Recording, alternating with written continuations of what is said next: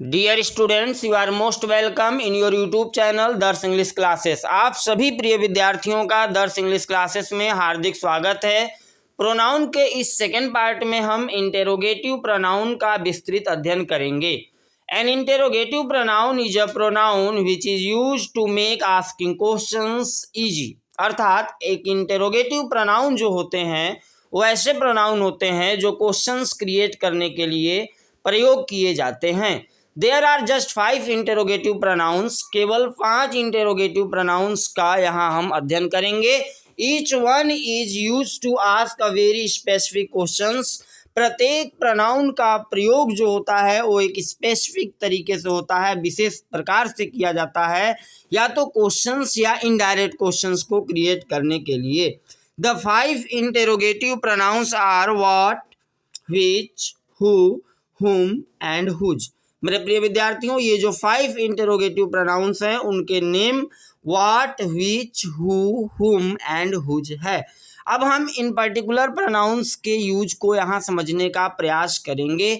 मेरे प्रिय विद्यार्थियों, अगर आप इस चैनल पर नए हैं तो आप इस चैनल को लाइक सब्सक्राइब जरूर कर लें, और आप चाहें तो इस पर्टिकुलर टॉपिक के फर्स्ट वीडियो को हमारे डिस्क्रिप्शन बॉक्स में दिए गए लिंक के द्वारा देख सकते हैं। Now let's start the video. What use to ask questions about people or objects. अर्थात व्हाट का जो प्रयोग होता है वो किसी पीपल या तो किसी ऑब्जेक्ट के बारे में प्रश्न करने के लिए किया जाता है। For example, what you want for dinner. अर्थात what do you want for dinner में ये जो व्हाट वर्ड है ये डिनर के लिए प्रश्न किया गया है, अर्थात यहाँ ऑब्जेक्ट्स के रिगार्डिंग प्रश्न की गई है। I wonder what we are doing tomorrow. यहाँ पे जो व्हाट का ये प्रयोग किया गया है ये भी ऑब्जेक्ट के लिए किया गया है। What is your friends name. यहाँ आप ध्यान रखें, यहाँ व्हाट का प्रयोग पर्सन के लिए किया गया है। What animal has horns. यहाँ पे व्हाट का जो प्रयोग है ये भी पर्सन के लिए यूज किया गया है, एनिमल के लिए यूज किया गया है। अर्थात व्हाट का जो प्रयोग होता है वो पीपल एंड ऑब्जेक्ट्स दोनों के लिए किया जाता है। अब हम बात करते हैं सेकेंड इंटेरोगेटिव प्रोनाउन व्हिच। ये जो व्हिच है ये आस्क क्वेश्चंस अबाउट पीपल और ऑब्जेक्ट्स। ये व्हिच जो है जस्ट लाइक व्हाट की तरह काम करता है। जिस तरीके से हम व्हाट का इस्तेमाल करते हैं जस्ट द सेम वे हम व्हिच का भी इस्तेमाल करते हैं। Which shirt should I wear. यहाँ पे विच का जो इस्तेमाल हुआ है वो शर्ट के लिए की गई है। विच वे टू द बाथरूम। यहाँ विच वे अर्थात यहाँ मार्क के लिए यूज किया गया है। Which book did you read. यहाँ पे विच का प्रयोग बुक के लिए किया गया। विच सीट वुड यू लाइक। यहाँ पे विच का जो इस्तेमाल है वो सीट के लिए किया गया है। अब हम बात करते हैं जो थर्ड इंटेरोगेटिव प्रोनाउन है हु। ये पर्टिकुलर किसी पीपल के लिए किया जाता है, अर्थात who use to ask questions about people. Who का जो प्रयोग होता है वो किसी व्यक्ति के बारे में प्रश्न करने के लिए किया जाता है। Who is that who was driving the car. I am wondering who will be at the party. Who is going to take out the trash. अब आपको यहाँ ध्यान रखना है, जितने भी आपको सेंटेंस यहाँ नजर आ रहे हैं उन सभी में पर्सन्स या पीपल की बात की गई है।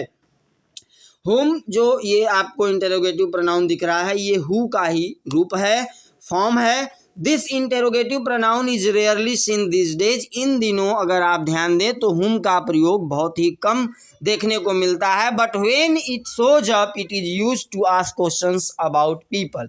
लेकिन जब कभी भी हुम का प्रयोग किया जाता है तो इसके द्वारा पीपल के बारे में ही प्रश्न किया जाता है। For example, whom did you speak to. यहाँ पे जो हुम का वर्ड है ये पीपल के लिए यूज हुआ।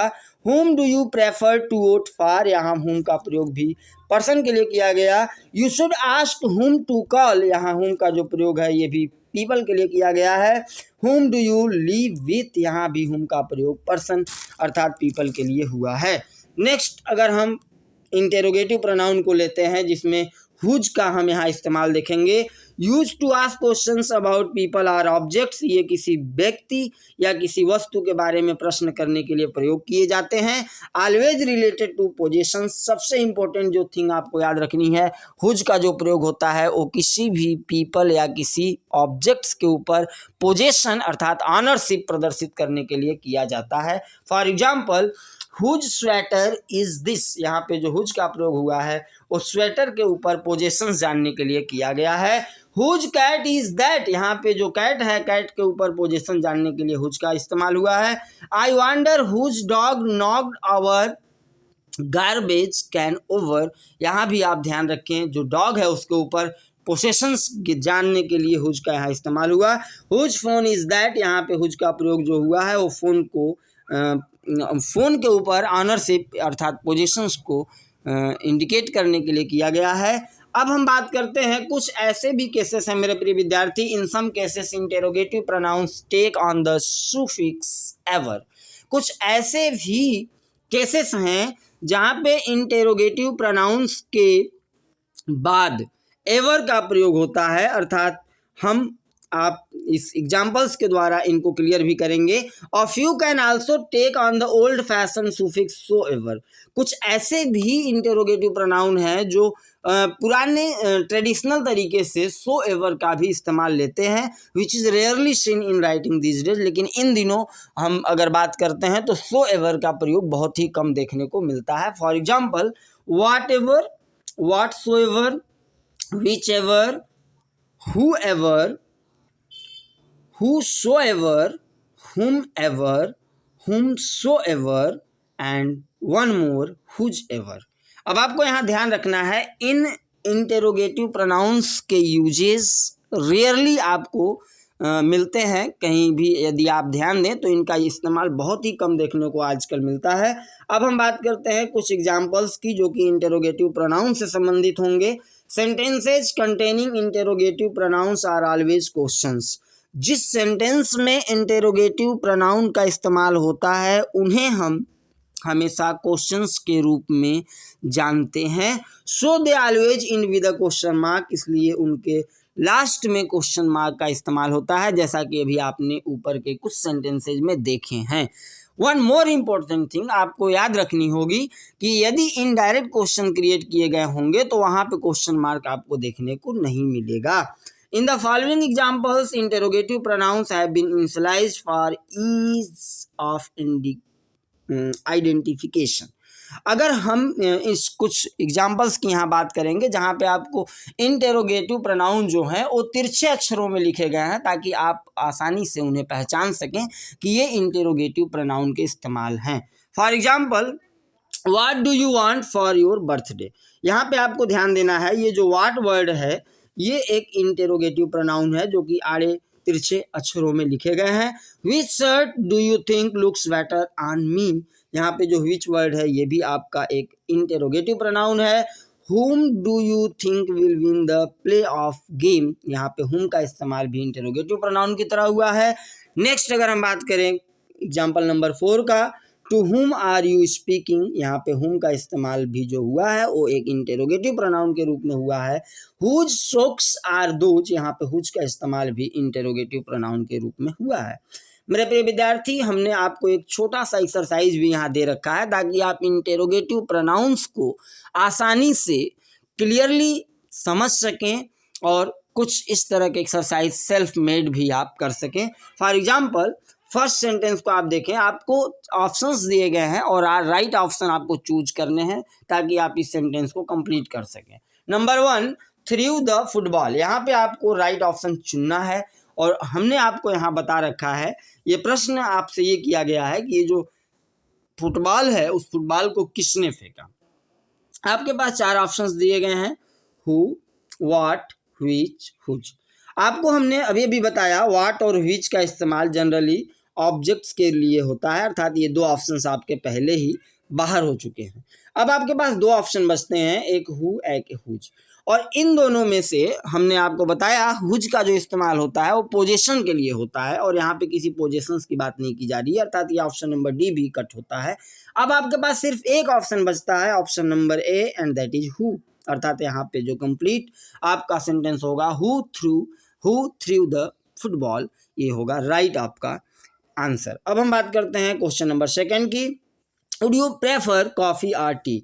यहाँ आपको कॉफ़ी और टी के बारे में प्रश्न करना है, और कॉफ़ी और टी ये जो वर्ड है ये एक ऑब्जेक्ट है, और इसके लिए आपके पास सिर्फ और सिर्फ एक ऑप्शन यहाँ पे दिखाई देता है, व्हिच, अर्थात which would you prefer coffee और टी, क्योंकि हु, हुम एंड हुज ये तीन जो आपको इंटेरोगेटिव प्रोनाउन यहाँ पे दिख रहे हैं, ये इंटेरोगेटिव प्रोनाउन पर्सन्स के लिए यूज किए जाते हैं। अब हम बात करते हैं क्वेश्चन नंबर 3 की।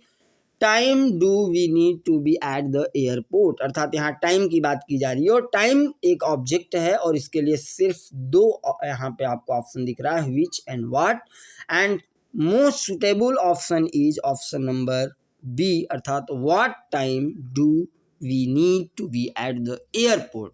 अब हम बढ़ते हैं क्वेश्चन नंबर 4 की तरफ। कार इज दैट, अर्थात इस कार के ऊपर ऑनरशिप दिखानी है, पोसेशन दिखानी है।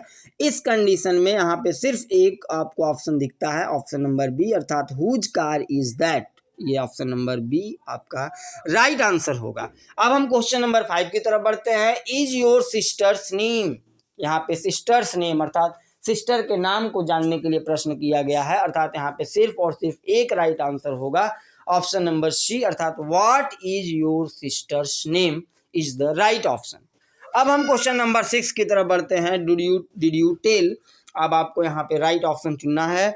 whom did you tell, what did you tell, whose did you tell and which did you tell. मेरे प्रिय विद्यार्थी, यहाँ पे whom जो वर्ड है ये राइट ऑप्शन होगा, अर्थात ऑप्शन नंबर ए आपका करेक्ट होगा। क्वेश्चन नंबर 7 की तरफ बढ़ते हैं। Of these books have you read, ये बुक्स के बारे में यहाँ प्रश्न की जा रही है, अर्थात यहाँ पे केवल एक ऑप्शन आपको नजर आएगा, which of these books have you read. Question number 8 को देखें। वांट्स आइसक्रीम, यहाँ सब्जेक्ट के रूप में यूज करना है, अर्थात यहाँ पे सिर्फ एक ही सब्जेक्टिव केस में प्रोनाउन दिख रहा है जो कि हु है, अर्थात who wants ice cream is the right option. मेरे प्रिय विद्यार्थियों, आपको हमने आंसर्स को समझने के लिए आंसर्स भी दे रखे हैं। यदि आप इस चैनल पर नए हैं तो आप इस चैनल को लाइक सब्सक्राइब जरूर करें, और इसके फर्स्ट पार्ट को आप डिस्क्रिप्शन बॉक्स में दिए गए लिंक के द्वारा भी देख सकते हैं। Thank you for watching my video. Thank you so much.